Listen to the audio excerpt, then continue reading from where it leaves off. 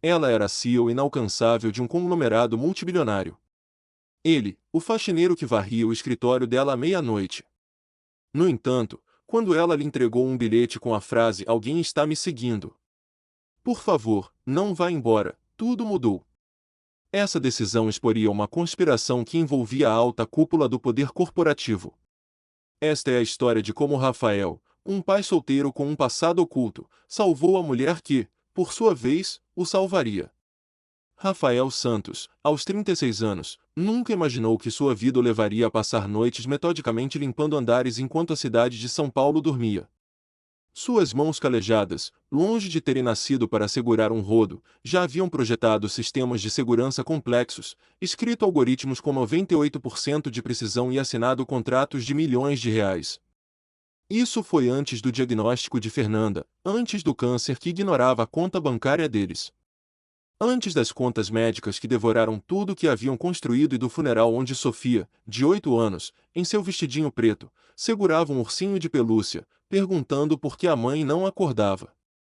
A transição de engenheiro-chefe na Prometheus Defesa Cibernética para faxineiro noturno na Grupo Estrela Holding não foi gradual. Foi uma escolha deliberada, uma rendição à simplicidade depois que a complexidade lhe tirou tudo. Sofia precisava de rotina, de um pai que voltasse para casa toda manhã para fazer panquecas de morango e levá-la à escola. Ela não precisava de um pai que desaparecia por semanas em projetos sigilosos.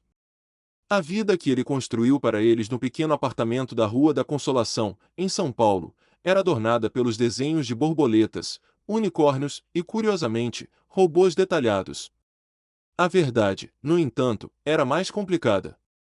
A indústria de defesa não perdoa quem vai embora, especialmente quem conhece seus segredos mais sombrios. Rafael queimou todas as pontes para que ninguém jamais o pressionasse a voltar e para que seu conhecimento morresse com ele, em vez de ser usado para fins que assombravam seus sonhos. O Grupo Estrela Holding o contratou sem fazer muitas perguntas, sem investigações profundas em seu passado cuidadosamente reconstruído. Eles só precisavam de alguém confiável para o turno da noite. Mal sabiam o que tinham ganhado. Beatriz Lima, a CEO, sentia-se observada há semanas. Um sedã preto aparecia com frequência em seu retrovisor, e passos a seguiam pelas ruas vazias quando ela saía do escritório à noite. Inicialmente, ela atribuiu a paranoia a ser uma mulher de 34 anos solteira, no comando de uma empresa multimilionária. Mas os sinais se multiplicaram. Ecos estranhos em suas ligações, o cheiro de um perfume masculino desconhecido em sua sala e papéis que haviam sido movidos milimetricamente. A pior parte era não ter em quem confiar. Sua equipe de diretores era um ecossistema frágil de ambições. Seu vice-presidente, Rodrigo Siqueira, cobiçava seu cargo. Os membros do conselho tinham suas próprias agendas e conexões com concorrentes que pagariam muito por informações internas. Seu pai, Ricardo Lima, havia construído o império da família sob a premissa de que confiança era um luxo que líderes não podiam se dar. Ir à polícia exigiria provas que ela não tinha, e contratar segurança privada significaria mais estranhos com lealdades incertas. Quando viu Rafael, o faxineiro calado que mantinha a cabeça baixa e que existia fora da hierarquia corporativa, algo em seu instinto a fez confiar nele. Talvez fosse desespero, talvez intuição, ou a maneira como ele a olhava como um ser humano, não como uma meta a ser atingida. Na cobertura do prédio do Grupo Estrela, a cidade se estendia infinitamente. "Você deve me achar completamente louca", ela disse, a voz quase perdida no vento. "Eu acho que você está aterrorizada, e com razão", respondeu Rafael. Ela lhe contou tudo, a vigilância, os encontros estranhos, a certeza de que alguém estava planejando algo terrível. Ela falou sobre a solidão de seu poder e de não ter amigos ou relacionamentos de verdade. "Eu vou te ajudar", disse Rafael, com uma autoridade tranquila que a surpreendeu. "Mas tenho condições. Minha filha Sofia não se envolve, ninguém pode saber do nosso acordo e, quando você estiver segura, voltamos a ser estranhos." Eles ficaram no terraço por 1 hora, planejando tudo. O plano era simples: Rafael a seguiria após seu turno, usando seu acesso para monitorar áreas inacessíveis para outros, sendo os olhos dela nas sombras. Nenhum nem outro mencionaram a conexão inesperada que se formava entre duas almas feridas que se encontraram nas circunstâncias mais improváveis. 3 dias depois, no estacionamento subterrâneo, o mesmo homem que a vinha seguindo a confrontou. Sua família quer conversar, ele disse com uma voz profissionalmente neutra que a tornou ainda mais ameaçadora. Foi então que Rafael apareceu, movendo-se com a fluidez de um agente de operações especiais, não de um faxineiro. A moça não está interessada na sua oferta, ele disse, posicionando-se estrategicamente entre Beatriz e o homem. O homem riu, revelando uma arma. Isso não é problema seu, faxineiro. Fique fora disso. O que aconteceu a seguir durou menos de 3 segundos. Rafael desarmou e imobilizou o homem com movimentos precisos, sem deixar marcas que pudessem causar problemas legais. Você vai embora agora, disse Rafael.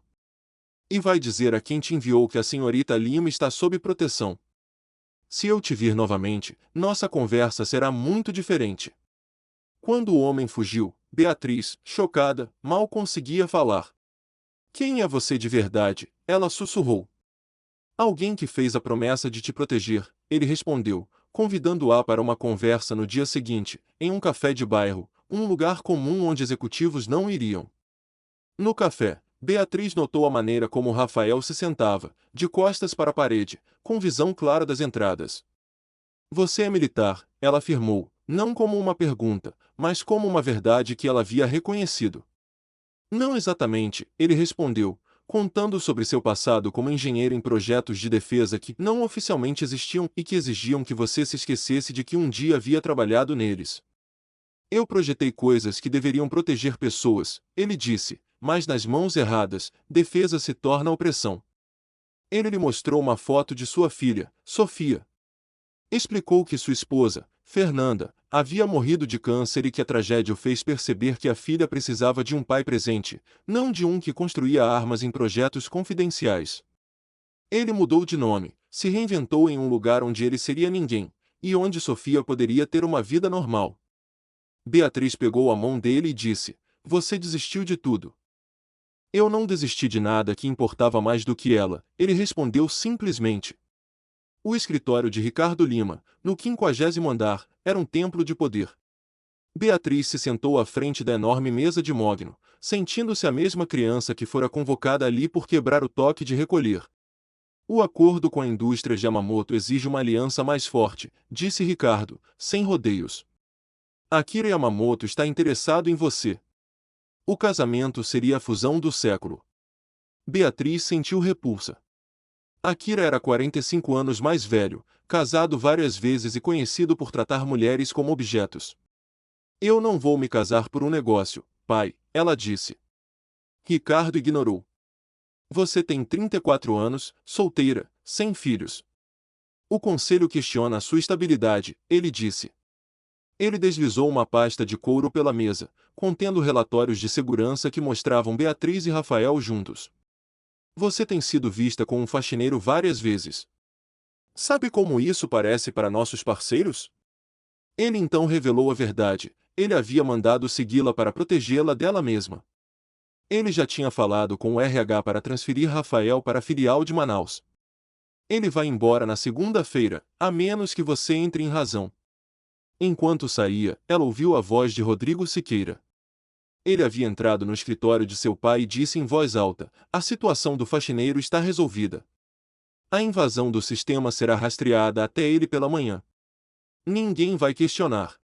As peças se encaixaram com uma clareza horrível, eles não estavam apenas tentando casá-la, eles estavam planejando destruir a vida de Rafael, usando o passado dele para incriminá-lo por algo que ele não fez. A acusação veio às 6 da manhã. Policiais e seguranças chegaram ao apartamento de Rafael enquanto ele fazia panquecas de morango para Sofia. As acusações eram sérias, sabotagem corporativa e roubo de dados que supostamente custaram milhões à empresa.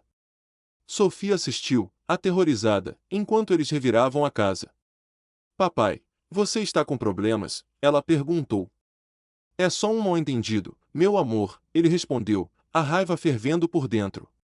Mas as evidências, profissionalmente forjadas, eram condenatórias. O cartão de acesso dele havia sido usado para acessar servidores restritos, e suas credenciais de login estavam por toda parte.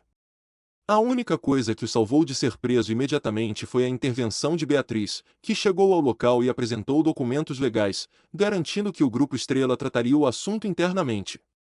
No entanto, o dano já estava feito. Depois que a segurança dela foi embora, ele sentou-se na cama de Sofia. Isso não é sobre culpa, ele disse a Beatriz. É sobre poder e controle. Seu pai me vê como uma ameaça aos planos dele para você. E ele tinha razão. Mas eles cometeram um erro fatal. Eles subestimaram o faxineiro. Em seu laptop, com a velocidade de um antigo engenheiro de defesa, Rafael localizou a verdadeira invasão. Os e-mails entre Rodrigo e Ricardo, o plano para incriminá-lo, o suborno e a conspiração foram expostos em detalhes. Ele mostrou a Beatriz a evidência no telhado, onde se encontraram novamente. Isso os destrói, seu pai e Rodrigo, ele disse. Eles enfrentariam acusações federais por fraude, conspiração e acusações falsas. Ele ainda é meu pai, disse Beatriz, com uma lágrima no rosto. E Sofia ainda é minha filha, respondeu Rafael. Eu entendo como o amor pode ser complicado. Como ele sobrevive mesmo à traição. O conselho se reuniria no dia seguinte. O momento de agir era agora. Depois de amanhã, tudo muda, ela disse. Não tem como voltar atrás. Rafael pegou a mão dela.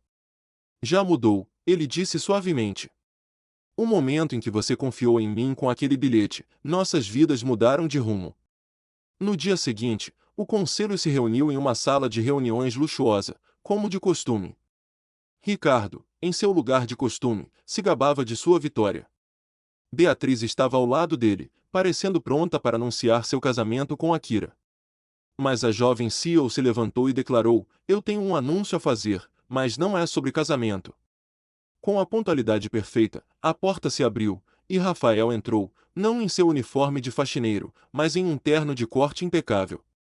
Senhores do conselho, vocês foram levados a acreditar que eu, um faxineiro, invadi os sistemas mais seguros da empresa, ele começou. Estou aqui para lhes mostrar a verdade, e ela é muito mais perturbadora do que uma simples quebra de segurança. Ele apresentou e-mails, registros de tempo e gravações de áudio que expuseram a conspiração. O conselho, alarmado, votou por unanimidade. Ricardo foi removido de sua posição, e Rodrigo, demitido. Enquanto a sala se esvaziava, Sofia apareceu na porta, trazida por Dona Maria, a idosa vizinha de Rafael, que havia se tornado como uma avó para a menina.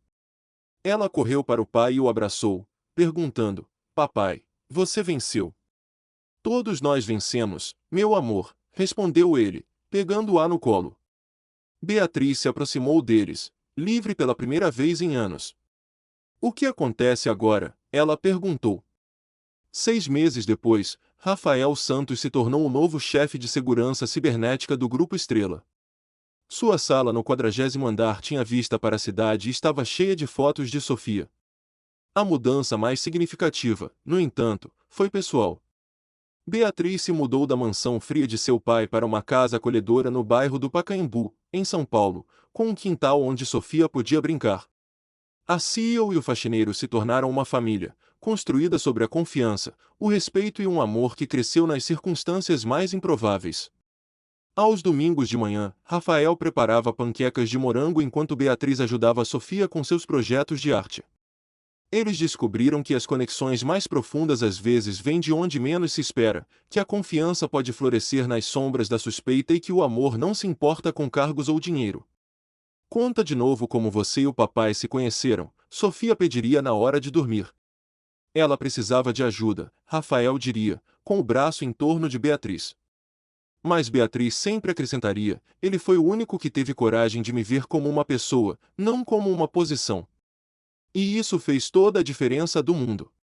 Ao longo desta história, vimos como a coragem e o amor podem florescer nos lugares mais inesperados, provando que a verdadeira força muitas vezes reside naqueles que são subestimados. Se você curtiu o vídeo, não se esqueça de se inscrever para mais histórias inspiradoras. E para encerrar, gostaríamos de saber: de onde vocês nos acompanham?